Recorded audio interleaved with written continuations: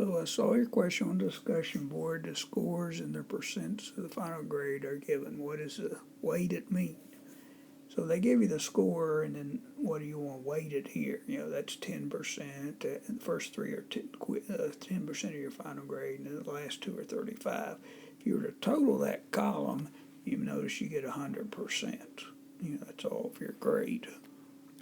And so you just need to take 10% of 85, 10% of 83, etc.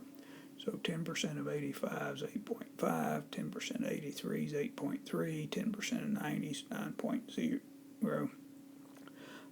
Now we switch to 35% of 98 on the project. It's 34.3. I just multiplied these with a calculator.